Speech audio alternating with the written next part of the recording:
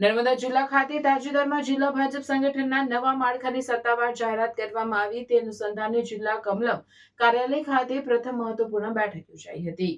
આ બેઠકમાં જિલ્લા ભાજપ પ્રમુખ નીલ રાવની વિશેષ ઉપસ્થિતિ રહી હતી। તેમના માર્ગદર્શન હેઠળ યોજાયેલ આ બેઠકમાં સંગઠનને વધુ મજબૂત બનાવવાના વિવિધ મુદ્દાઓ પર ચર્ચા કરવામાં આવી હતી। આ ઉપરાંત આવનારી સ્થાનિક સ્વરાજ્યની ચૂંટણીમાં ભારતીય જનતા પાર્ટી નર્મદા જિલ્લામાં જંગી બહુમતી સાથે વિજય હાંસલ કરે તે માટે આજથી જ સંગઠનાત્મક કામગીરી શરૂ કરવાની અપીલ કરવામાં આવી હતી।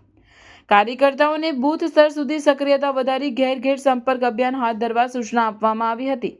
બેઠકમાં જિલ્લા સંગઠનના પદાધિકારીઓ, મોરચા પ્રકોષ્ઠના પ્રતિનિધિઓ તથા મોટી સંખ્યામાં કાર્યકર્તાઓ હાજર રહ્યા હતા।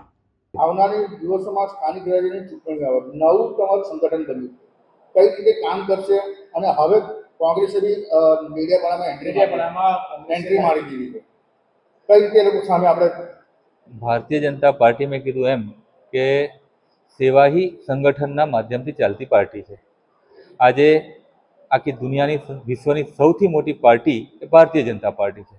ભારતમાં પણ 20થી વધારે રાજ્યોમાં ભારતીય જનતા પાર્ટીની સરકાર છે।